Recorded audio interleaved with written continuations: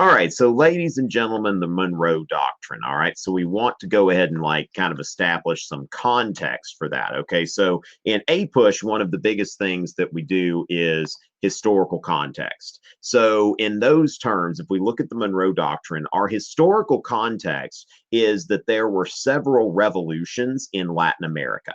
And so that's where, they had Gran Colombia, which is now several Latin American countries, Simon Bolivar, if you know any of that stuff. But it's sufficient for context for U.S. history just to know that there were several revolutions in Latin America about that time. And then Europe. Now, there are some European countries, of course, the Spanish were very dominant around here. And so the Spanish are thinking, you have this rebellion. We want the colonies back. All right. So these are European colonies. Maybe we should go back in there and get them. And the United States at this time, remember that this is after the War of 1812. And so after the War of 1812, the United States is really trying to disengage from Europe.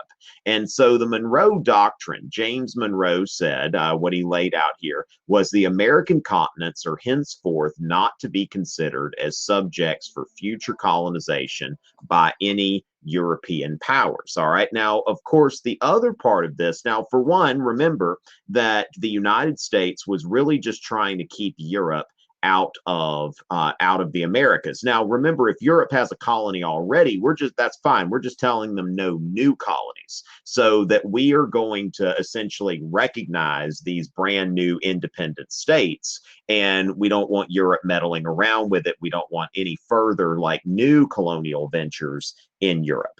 And so with that, as far as that goes, the other side of this is that we really did not have we really didn't have anything to back it up. It's kind of like, as far as that, thinking about, we don't have an army to back it up.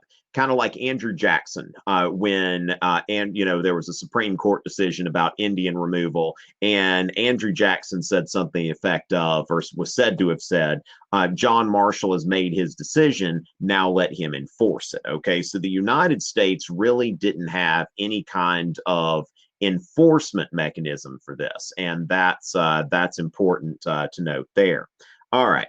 So going from there, now the British kind of helped us out, because the British also felt like they had a stake in the Spanish not getting their colonies back. And so then there is the legacy. Okay, so there's the context of this, and then there is the legacy of the Monroe Doctrine. And the legacy of the Monroe Doctrine is that, we don't want, basically, Latin America is kind of seen for a long time now, not saying that that's right or anything like that, but was really seen as like an extension of the United States, like almost like colonies were playing Big Brother. And so later on, you'll get to Teddy Roosevelt. And Teddy Roosevelt's big stick foreign policy, of which the backbone was the Monroe Doctrine. All right. So he called this the Roosevelt Corollary to the Monroe Doctrine. And so just note that there's kind of a link there, because Teddy Roosevelt's going to be telling European countries, no, we don't want you interfering in Latin America. If they owe you debts, come and get that from us. Or tell us and let us take care of it. So Teddy Roosevelt's big stick foreign policy, he used the Monroe Doctrine in order to use the Monroe Doctrine in order to justify that. So, what you see is really the United States trying to keep Europe out of the Americas, and later is intervening, using this as justification to intervene in Latin America, which especially during the age of imperialism at the turn of the 20th century. Now, then here, as we go to Manifest Destiny, okay, John Gass, American Progress. This is from 1872, okay, long time ago there, and certainly the type of painting that a lot of people would find offensive today, because what you see here is the definition of progress is very, very limited. Okay, so it's these white farmers, choo-choo trains, ships, and telegraph wires, pioneers, even the Pony Express. And then over here, you've got the buffalo and the Indians, this process of creative destruction that you see that behind her is light, and ahead of her is darkness. And so with that, this is really the image that comes to mind when we talk about manifest destiny.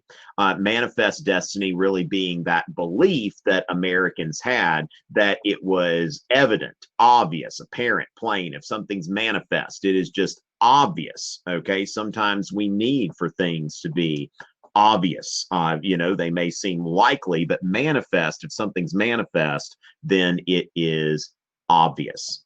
And then your destiny, of course. Your destiny is something that it is inevitable, irresistible. This is something that you must do. That really you're kind of a power higher than you is in charge of this. That you're really not in charge of it. So it's evident here that the United States is destined, okay? It's destined by a higher power in order to be, basically in order to go from sea to shining sea, so to speak. Okay. And this goes all the way back, really. I would say that, Jefferson, now you could take this all the way back to the Proclamation of 1763, if you think about it. Like Americans were ticked off because the king did not, Americans were ticked off because the king did not want them going beyond the Appalachian Mountains. So the British colonists really had a way, they wanted to go west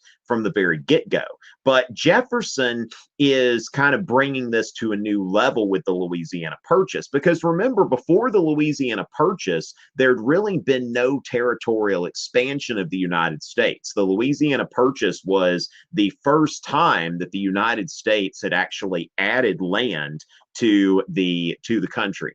And so Jefferson said here, kindly separated by nature and a wide ocean from the exterminating havoc of 1/4 of the globe, possessing a chosen country with room enough for our descendants to the 1,000th generation. So this idea that we're chosen, okay, Jefferson, who was not a Christian, so to speak, but a deist, and deist, that's something that when you think about, the belief in divine providence, okay, that God has some sort of plan, okay, so that's not just a Christian thing, that is also consistent with what a deist would say. And he said here, I shall need too the favor of that being in whose hands we are, who led our forefathers as Israel of old from their native land and planted them in a country flowing with all the necessaries and comforts of life, who has covered our infancy with his providence and our riper years with his wisdom and power. Okay, so God is with us. He has put us here. He has separated us from the exterminating havoc of 1/4 of the globe from Europe, and he has a plan for this country, and this is the plan: to move west. All right, so that is the whole idea of manifest destiny, that westward expansion is another American God-given right. And of course, this happens, you've got the Louisiana Purchase, but also, between the Louisiana Purchase and Texas annexation, there really wasn't any more movement here. So you've got the Texas War for Independence in 1835-36. It's not like you need to know any specific details about the Texas War for Independence at that time. So, just definitely don't get too caught up in all of that. But in terms of just knowing, okay, they fought some battles with Mexico, knowing that the Alamo and the Battle of San Jacinto happened, is great. It certainly can't hurt. And Texas, for a while, of course, sets up the Lone Star Republic, all right, that they set up. Of course, you've got this Bonnie blue flag that is used from everything from the West Florida Rebellion to, kind of an unofficial emblem of the Confederacy. And so as far as that, Texas initially petitioned the U.S. for annexation, and the United States didn't. Okay, so there's initially a bit of a debate about manifest destiny.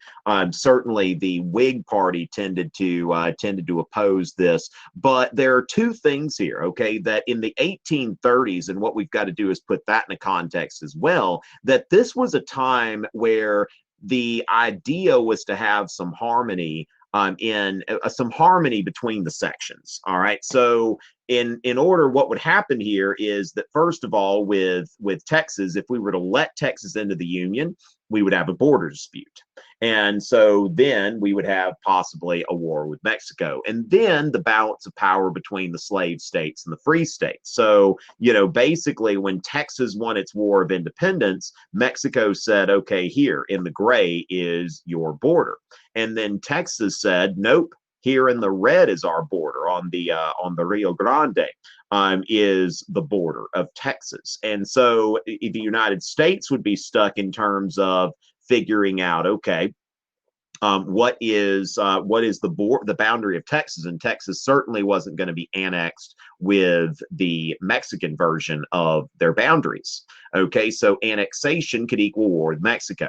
And then when we look at the balance between the slave states and the free states, okay, which was the goal of policy. Now, this is another thing that Manifest Destiny does, all right, to the United States, is it creates all of this new land that you can see here that before Texas annexation, what you're looking at here is really just filling out the original states and going into the Louisiana Purchase a bit. But you see here that you bring in a slave state, a free state. In 1836, Arkansas had just come into the Union as a slave state. So in the mid 1830s, for a brief time, you actually had more slave states than free states. And so the next state admitted needed to be a free state.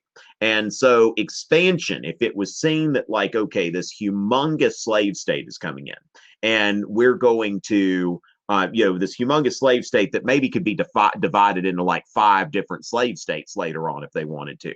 And so that's something, okay, in the 1830s, no. And that's the idea. If you look at the political culture of the 1830s, and, I think political culture is something that is of interest today because we see how, just how toxic and polarized our political culture is in the United States right now, but it hasn't always been that way. And so, you could compare a time like this to the 1850s when people didn't care what people on the other side thought, and they saw people on the other side as a threat. Next thing you know, they were killing each other. And the 1830s, what can we do to compromise and not to tick anybody off too much?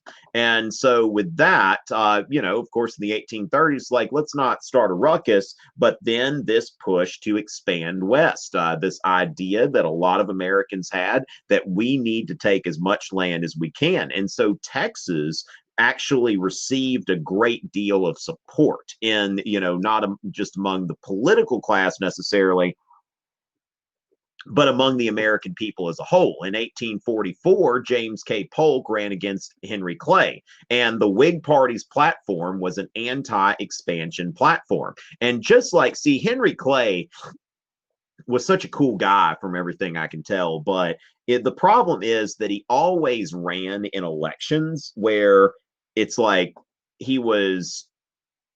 he had to do an issue. Okay. It was like in 1832, it was the bank, and he was on the losing side of that. And then you see in 1844, running against James K. Polk, he is running against Westward Expansion, which was a very popular thing at the time. Okay, so as far as that goes, you see here a political cartoon where James K. Polk is saying, welcome Texas, welcome brothers. Okay, you got Sam Houston and Stephen F. Austin, and Texas is trying to roll across the bridge into America. And James K. Polk, the Democrat, he's just trying to help them out. And then you've got the Whigs here, Henry Clay and some other people that you don't really need to know. I think that may be Daniel Webster. They're holding on to this rope. Now you see that Clay is actually, it looks like he's trying to let go because this is not a very popular position. He knows he can't get elected. He's like, I want to get out of here. And then note here that you've got a problem, what's seen as a political problem at that time is that the Whig Party was becoming associated with the abolitionists, who were not very popular at that time. These people who said that slavery should be gotten rid of everywhere and right now. And so there's William Lloyd Garrison. Is he about to take his hand? Who knows? Okay. But as far as that goes, the Whig Party, they took the less popular position there and they lost the election. So the election of James K. Polk was seen as kind of even though it was very close in the popular vote, not so close in the electoral vote, James K. Polk is looking at this as a mandate for westward expansion. Okay, so Texas was annexed in 1845. They got a little bit creative. They did it by a joint resolution of Congress instead of the way that they usually do it, which is not coming to me at the moment. Okay, now the Mexican War is, of course, the result of Texas annexation. All right. So Texas annexation, the Mexican War. And so with this, and again, every time you see this painting, think manifest destiny. All right. This westward expansion of the United States that is seen as a God-given right. All right. So as far as that goes, when we look at the westward expansion of the United States, we've got the Louisiana Purchase, Texas annexation, and then we've got the Oregon Treaty. Now, the United States and Britain both had a big old swath of Oregon. And when James K. Polk ran, his campaign platform, or the Democratic platform, was 54-40 or fight, which I can't give you on my screen because it's up here. That basically the United States felt like they should have, what is today also like British Columbia and I think a bit of Alberta. But the Oregon Treaty settled that here. Okay, so you've got the Oregon boundary dispute that settled there. And then we've got here the Mexican Cession in 1848, and that is going to be the consequence of the Mexican-American War.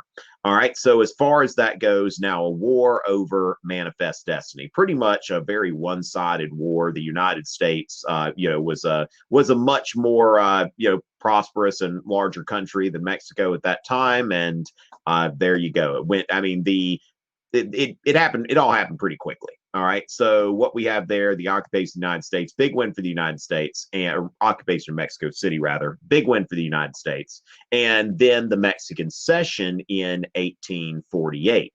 And that was done by the Treaty of Guadalupe, Hidalgo. Okay. And so from that, that is where we get all of that.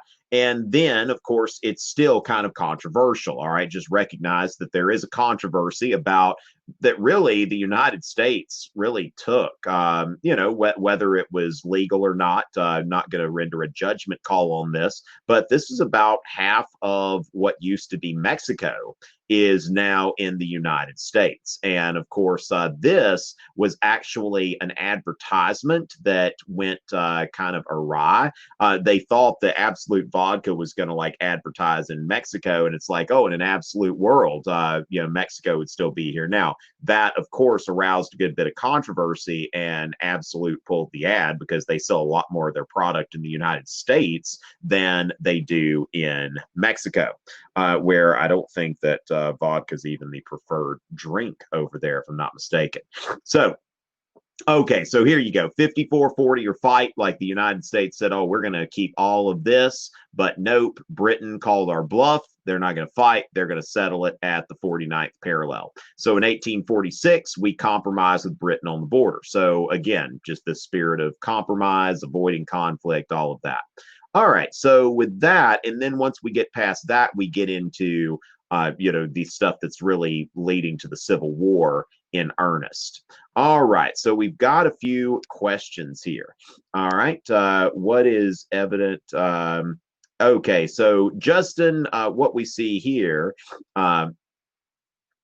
let me go ahead and make that. I think I can post this as a question. Okay. So when y'all ask questions in the chat, I'm actually able to do this. Okay. So what we see here is what is evident in America's future control of all of the continent. So as far as that, Justin, yes. So what is evident? It's really, I guess that's a good question. Okay. But the idea that it is, just God plans it to happen. Kind of like if you think about the Crusades. Now, I don't want to put too much onto that, but if you think about how the Crusades started, it was like God wills it, okay? That God wills it, we're going to do this. It is the destiny of Christians to control the Holy Land. Now, as far as that goes, it's a very similar thing, that it's just, look, we've got this continent here. We've been moving west. Think about it. When you think about Jefferson, the Louisiana Purchase, Jefferson sends some people to France. Okay, think about this. Jefferson sends some people to France to buy New Orleans. He's like, offer them $2 million for New Orleans and see what happens.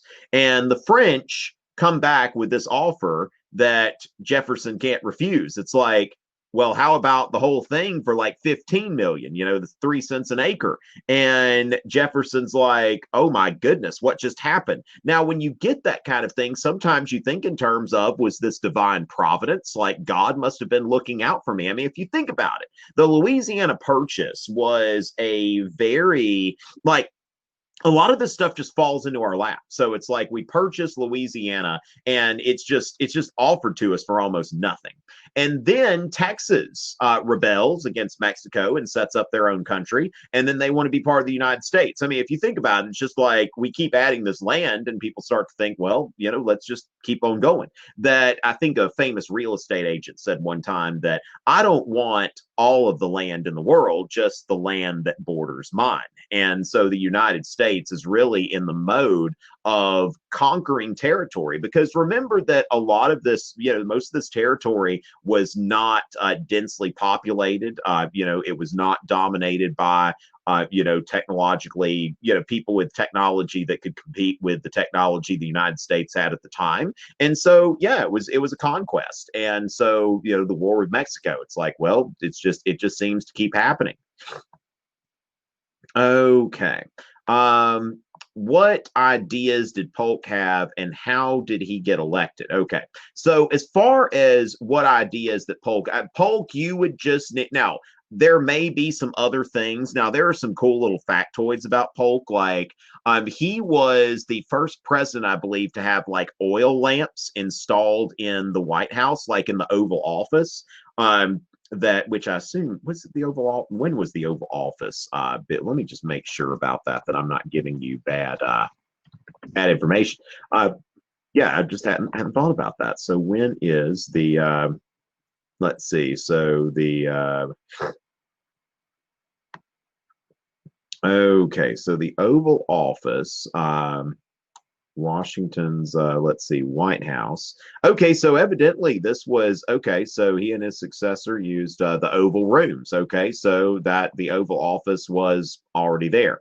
All right, so that was like the architect of the White House. Interesting. All right, so as far as that goes, just wanted to make sure I was, but he had oil lamps installed in the Oval Office because that was how you lit a room back then, because he tended to work into the night. So James K. Polk was, seen as like this really hardworking president. Now, not going to be on the exam, but he made a one-term pledge. Like, you wonder, why was he a one-term president? When he ran, he pledged to only have one term. And so he was basically like, you know what, I might as well make the most of it. So he worked into the night, worked himself, really ragged and all of that. But the main thing here is he was a Jacksonian Democrat. He was from Tennessee, just like Andrew Jackson. He was also what they call a dark horse candidate. Polk isn't one of those people that like, oh, I've heard of him before. He was a big deal before he was president. Not quite so much. I mean, he was a Jacksonian Democrat, but mainly what you'll associate him with is manifest destiny. All right. So that's what you're associating James K. Polk with. And how did he get elected? He was as I said, a dark horse candidate at the Democratic convention. And they had several ballots. There were some people that were, vying for the position. I think in that year you had like Martin Van Buren, John C. Calhoun, like some people who were already big names in the Democratic Party, but they couldn't get the majority of Democrats behind them, so they eventually went with somebody. Let's see. So 1844 Democratic Convention. All right. So 1844 National Democratic Convention. If I've got okay, so yeah, let me show you this. All right, so I'm going to go ahead and share my screen again here. Take a look at this. Now, so you had here Martin Van Buren. All right, so on the first ballot, Martin Van Buren got 146 to 83 to 20. Now, I'm not sure why he's not getting, why he's not getting it there. Okay, so what do you have to do in order to get those ballots? Okay, that's interesting because it looks like Martin Van Buren was obviously the okay, so the Young Hickory. Okay, so you got that. Let's see. So all right, so what they're saying here, 55%, but short of the now required 100. Okay, so a 2/3 rule. Okay, so what happened there is that they created a 2/3 rule at the Democratic National Committee. And so they voted to reinstate the 2/3 rule. Kind of reminds me of what happened. So some of the Van Buren delegates even voted to reinstate the 2/3 rule, which what's interesting, if y'all were following the election in Florida yesterday, that Republicans won the governorship and the Senate race, but they won them by very close margins. And won them by close margins, but they amended their state constitution to allow convicted felons to vote in Florida, which will be interesting there. That really there are some people who voted for the Republicans, but they made a decision that probably won't be so good for Republicans later on. And so as far as that goes, so yeah, Van Buren couldn't get the 2/3. And so what happened here, now you see that Calhoun by the convention time didn't have a whole lot of support.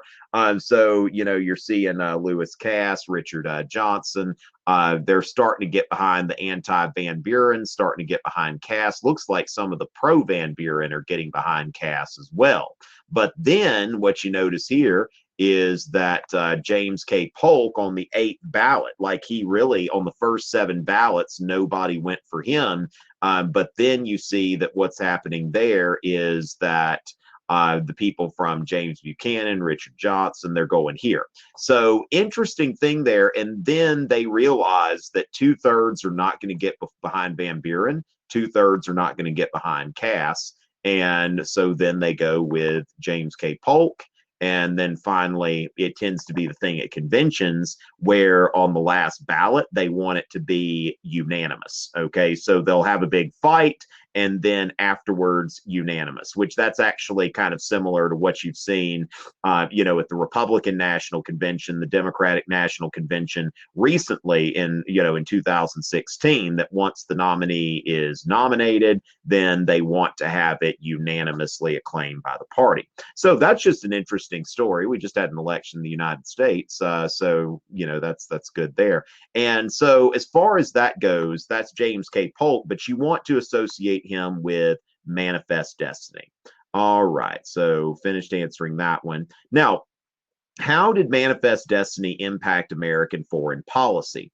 I would say that kind of negligibly. Now, this is really a period where the United States is more concerned with expanding itself than it is, going across the globe. Now, we do see the foreign policy problem with Mexico. Okay, so when it comes down to it, the United States might have been more diplomatic in its annexation of Texas, maybe tried to go into talks with Mexico. The Mexican War, which I haven't really treated in like I haven't really done an in-depth study of, that I believe, Zachary Taylor's army was put like pretty much as bait, like either on the other side of the Rio Grande or right on our side of the Rio Grande. They were there basically as bait. And so the United States welcomed the prospect of a war with Mexico over Texas annexation because they realized, if this turns into a shooting war, then we can get land. Now, other than that, if the United States didn't have ambitions for land, for these Western lands, then there might have been some kind of attempt at a diplomatic solution rather than a military solution. All right. So as far as that goes, we've got that. Okay. So let's yeah. And then remember that the Democratic well, wait, what was I thinking about? James K. Polk was a Democrat, but then you've got the Oregon thing, which basically we just kind of, okay, we're going to settle that with Britain. So besides those things, of course, you get into the Webster-Ashburton Treaty, which isn't going to be on the exam. You get into some really obscure stuff, but I would say other than that, pretty negligible. All right. So as far as that, okay. Now, what are we talking about here, Zoe, with the South, with all the compromises and acts happening in the 1860s? Not much compromise going on in the 1860. I might get you to go in and edit that question so you're a little bit more clear, okay? Now, some of y'all are starting to get into things here. Zoe, I would just ask that you be more specific with me here. Now, we're planning on talking about that stuff later, but if you're already on that, and these are the only questions, that's fine. John, your question is pretty easy. I would say here that Lincoln, played a very significant role in the Union victory. I mean, it's just he was a good war leader. As far as political leader, he found the right people to do what he needed them to do. And when he found somebody who was underperforming, like McClellan, who at Antietam, McClellan had, he had Robert E. Lee's battle plans and still couldn't beat him, fought him about a draw. And so Lincoln said, you're fired. We're getting rid of you. We're bringing in somebody else and who will do the job. So Lincoln was very, very flexible about that, but he didn't, as far as I know, I think that Jefferson Davis, tended to micromanage a little bit more. Jefferson Davis, who actually had like military experience, had been the United States Secretary of War. So Lincoln, found good people. He got them to do their job. And I think that Lincoln's determination to prosecute the war, because Lincoln was only elected with about 55% of the vote in 1864, which shows, I mean, it's not like Confederates, Southerners were voting in that. That was only people in the United States. And so, at that time in the Union. And so there were a lot of people that were, it's just especially in 1863, the war the anti-war movement in the North had come up quite a bit. Now, Lincoln was also flexible. Like when you think about his decision to allow African-American units to be formed in 1863, whereas the Confederacy, just couldn't muster the support. There were people who were advocating for that within the Confederacy, but the Confederacy, it wasn't until like March of 1865, when the defeat was already a done deal, that the Confederates passed a very, very weak piece of legislation that was allowing for the formation of black military units. But, Lincoln was much more willing to take a risk at that point, and it paid off for him. Yeah, but I think Lincoln, I do think that the North had maybe some advantages here and there,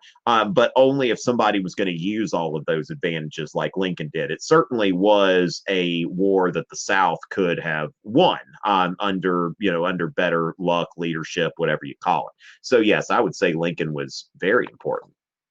All right. And okay, this is a good one here. Actually, let me do this one first. Did James K. Polk support the idea of manifest destiny? You bet he did. Yes. And that's the main thing that you need to have. Like when you look in your manifest destiny box, oh, there's James K. Polk. All right. We pull him out of there. And so I always think about boxes about these are the things that you remember together, kind of like abolitionism, William Lloyd Garrison, the Liberator, Frederick Douglass, that sort of thing. You know, you kind of put everything in a little box together, put it in your brain. So James K. Polk, put that in your manifest destiny box, because that is the one thing that you really need to know about him. I went into some other little interesting things just for fun since we're here and we've got, only a few people here tonight. But yeah, basically James K. Polk, manifest destiny. Now, how did manifest destiny lead to the Civil War? Okay, so how did manifest destiny lead to the Civil War?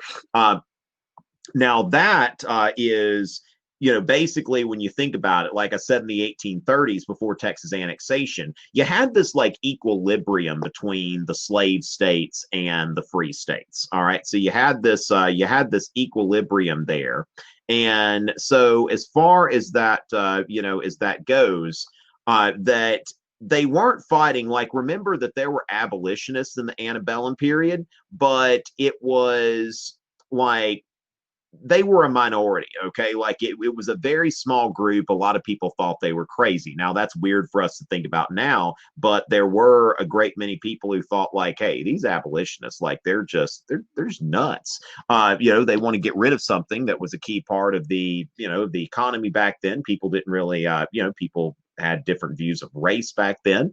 And so when it went west, then you've got the free soil movement, okay, that you've got people who are saying that, you know what, I don't want to get rid of slavery in Alabama, but I don't want to see slavery in Kansas. And that becomes much more mainstream. Now, of course, you can think about that in terms of today's politics. The Democrats have taken the House of Representatives. And so there is going to be this battle between like the moderate leadership of the Democratic Party and the more progressive wing of the Democratic Party. And so what's happening, why is it that the leadership wants to try to keep things on a kind of more of a moderate level? Because they want to appeal. They're thinking about, we want to actually be elected in 2020. We want to get a Democratic president in 2020.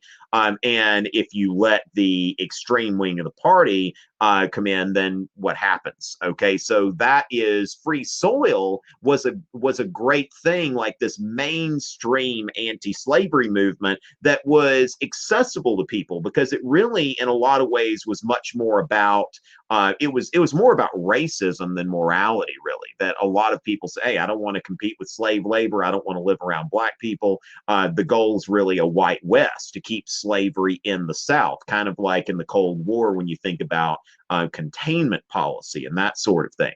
So westward expansion, definitely one of the things leading to the Civil War, because it leads to debates specifically about slavery in the West, not slavery in the abstract, but slavery in the West, which disrupts the equilibrium that you saw in the country before that, like, 1844 election. Are we going to expand West or not?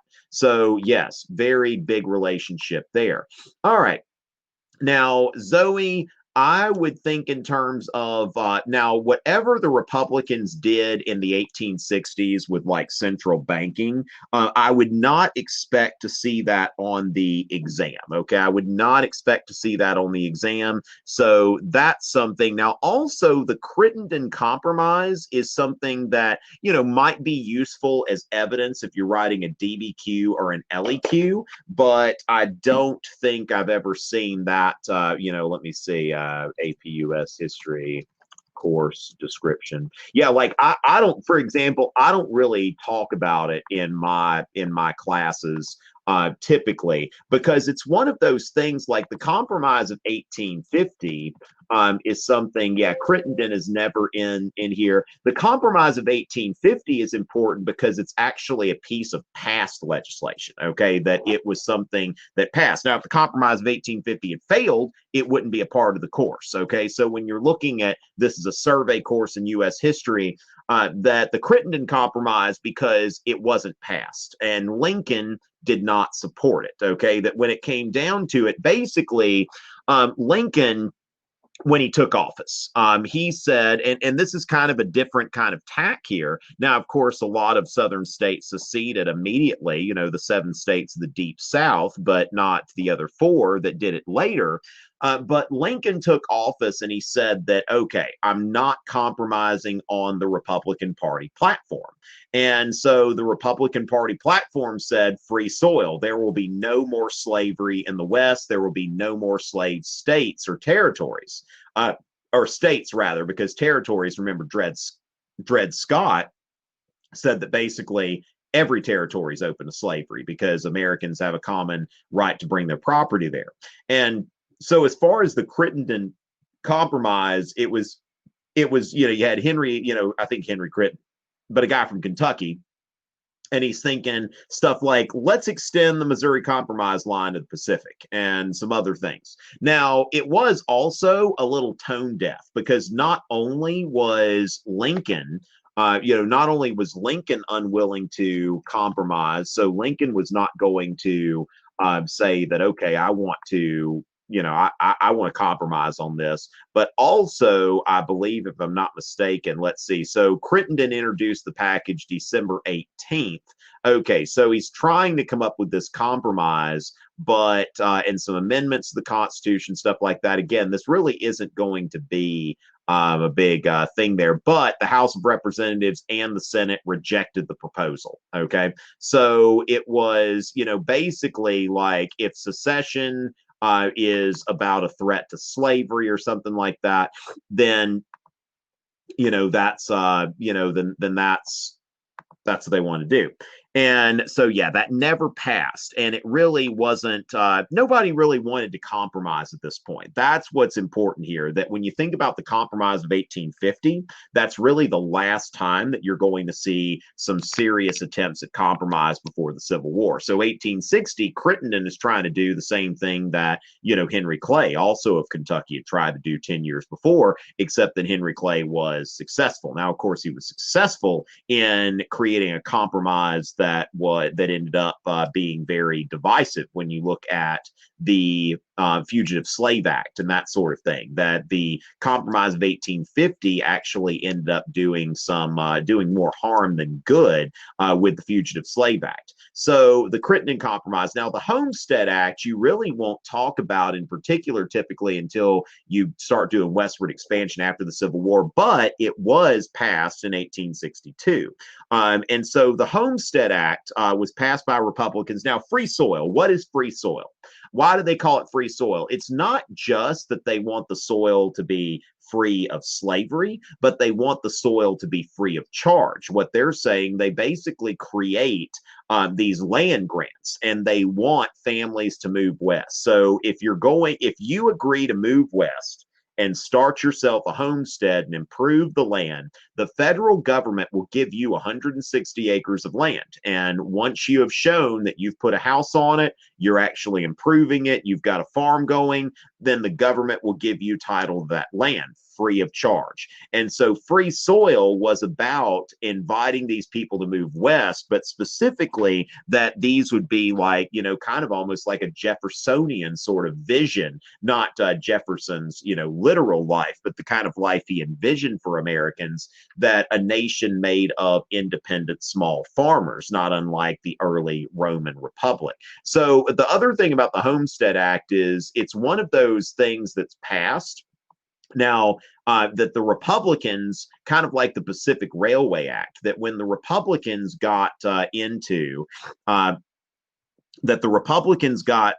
power, and the Southern Democrats, the Democrats were, prevalent among the Southern congressmen, they seceded and left Congress, then they were able to pass pieces of legislation like that, like the Homestead Act and the some banking acts, and also the Pacific Railway Act. And that was actually something that came up, I think, a couple years ago, if I'm not mistaken, on the exam, like basically the economic consequences of the Civil War. All right, so with that, Stephen Douglas and Dred Scott. Okay, actually, let me go to this first. Katie, I have got a video on YouTube. If you just go to YouTube and put in APUS History DBQ, It's there. You'll find it. I've got a 3-part video where I put all that stuff out there for you. And if you even, if you want to get some more in depth, I've got a writing clinic that I talk about in those videos. But those introductory videos are free of charge.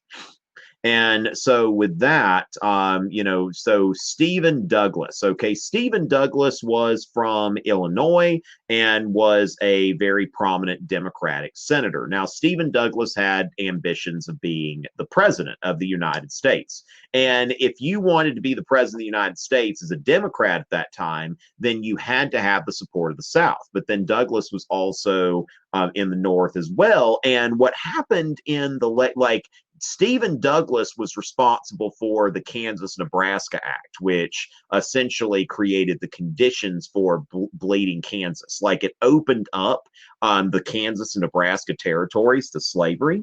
And so as far as that goes, it opened up those territories to slavery. And from there, okay, once it was opened up, then of course you got bleeding Kansas. But Stephen Douglas, with this popular sovereignty, okay, Stephen Douglas and Lewis Cass were both big fans of this popular sovereignty doctrine that basically, instead of Congress deciding whether a territory is going to be a slave territory or free territory, then the settlers are going to decide. So popular sovereignty or squatter sovereignty, let the settlers figure out what's going to happen there and go from there.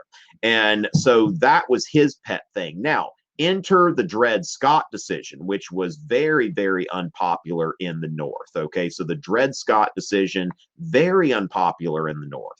And from there, that the Dred Scott decision saying, hey, basically you can bring your slaves anywhere, and then once it's a state, they can decide whether they want slavery or not.